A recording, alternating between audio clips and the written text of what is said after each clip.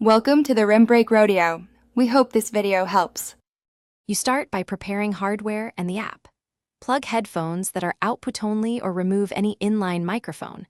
Once done, turn Bluetooth off so the phone's built-in mic stays available.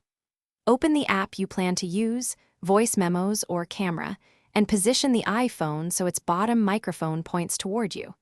Make sure the app has microphone permission in Settings Privacy Microphone. This ensures the phone will prefer its internal mic rather than an attached headset mic when you begin. Now you decide which input the app will use.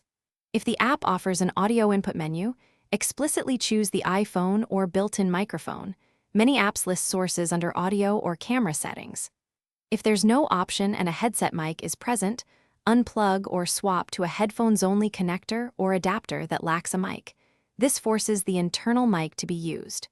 Then record a short test clip and listen back to verify tone and distance. Adjust phone position until the sound is natural and free of muffling. Finish by stopping the recording and exporting or saving your file as needed. If you find no internal mic audio, first toggle Bluetooth off and fully disconnect any wired headset, then quit and relaunch the app. This resets input routing.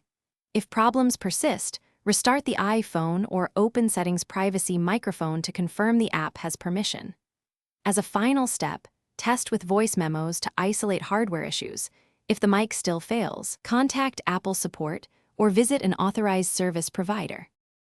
Thanks for watching. Consider subscribing if we helped you.